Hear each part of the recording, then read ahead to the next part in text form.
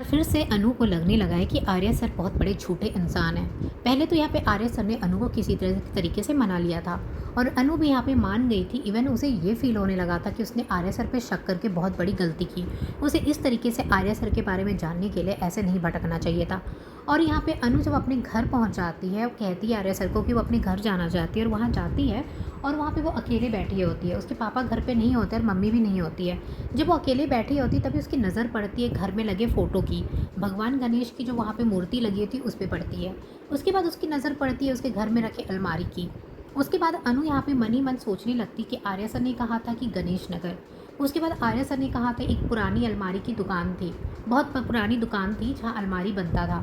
तो वो अब उसकी नज़र उसकी अलमारी पे पड़ती है। फिर उसे याद आता है कि आर्य सर यहाँ पे खिड़की के पास खड़े थे और खिड़की के पास खड़े होकर वो बाहर देखते हुए कह रहे थे वहाँ एक गुलाब चंद नाम का आदमी रहता था और अनु की खिड़की के जस्ट बाहर गुलाब का पेड़ लगा होता है, पौधा लगा होता है।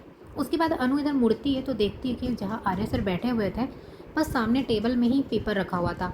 न्यूज़पेपर को देखकर वो बताते हैं कि वहाँ पे उनका पुराना दोस्त था, उसे न्यूज़पेपर बांटने का काम दिया था। तो जब वो अपना घर का सामान देखती है तो देखने के बाद ऐसा लगता है कि सादा सर ने मेरे घर के सामान को देखकर एक नई कहानी बनाकर मुझे बता दिया और मैंने सर की बात मान ली। सर बहुत बड़े झूठे हैं। और यहाँ पे अनु फुट फुट कर रोने लगती है, बहुत ज़्यादा गुस्सा हो जाता है और कहती कि सर ने मेरे ही घर के सामान को देख देख कर मुझे कहानी बना दी और मैं मान ली। सर बहुत बड़े झूठे इंसान हैं, मुझसे बहुत झूठ बोला सर ने। और यहाँ पे अनु ना बहुत गुस्से में आ जाती है। अब थोड़ी देर के बाद पुष्पा घर वापस लौटती है तो अनु को देखती है तो कहती क्या हुआ अनु, तुम इतनी परेशान क्यों दिखाई दे रही है। तो यहाँ पे अनु उन्हें कुछ भी नहीं कहती और कहती मैं ठीक हूँ। फिर यहाँ पे पुष्पा से सवाल करती कि वो क्या काम कर रही है आखिरकार, मुझे कुछ भी क्यों नहीं पता है, और रजनी आंटी को आपने चोर क्यों कहा। ये सब कुछ यहाँ पे बातें होने लगती है। फिर पुष्पा से बहुत पूछने पे फिर पुष्पा बताती कि वो क्या काम करने जा रही है।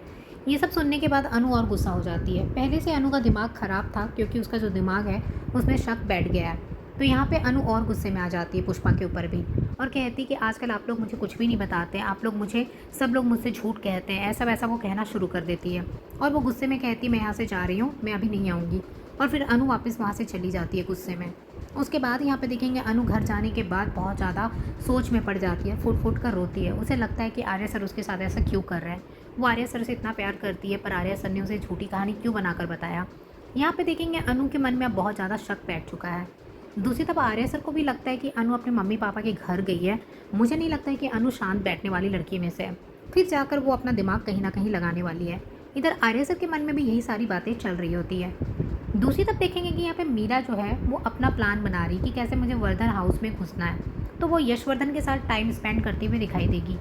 यहाँ पे यशवर्धन ने आई लव यू क्या लिख दिया, वो बहुत ज़्यादा खुश हो गई है। उसे लग रहा है कि चलो इसी के भोलेपन का फ़ायदा उठाना पड़ेगा, तभी मैं उस घर में जा पाऊँगी और फिर जो मैं चाहती हूँ ना वो मुझे हासिल हो जाएगा। वो आर्य सर और अनु को दूर करना चाहती है। आर्य सर की ज़िंदगी में अनु को नहीं देखना चाहती, वो चाहती है कि वो उन्हें दूर कर दे तो फिर मीरा अपनी जगह बना पाएगी। अब जब मीरा को ये सब पता चलेगा कि यहाँ पे अनु खुद ही आर्या सर को लेकर बहुत कंफ्यूज है, बहुत परेशान है, तो इसका फ़ायदा उठाने की पूरी कोशिश करेगी। फिलहाल इधर झेंडे भी यही सोच रहा होता है कि पता नहीं अब अनु के मन में क्या चल रहा होता। क्या अनु का मन शांत हो गया होगा, वो आर्या की बात को मान ली होगी, या फिर से अनु कुछ ना कुछ जानने की कोशिश करेगी। क्योंकि फिलहाल जलंधर की मौत हो चुकी है तो अनु के मन में बहुत सारे सवाल रह गए हैं। अब ये देखना है कि अनु इन सारे सवाल का जवाब कैसे ढूंढती है।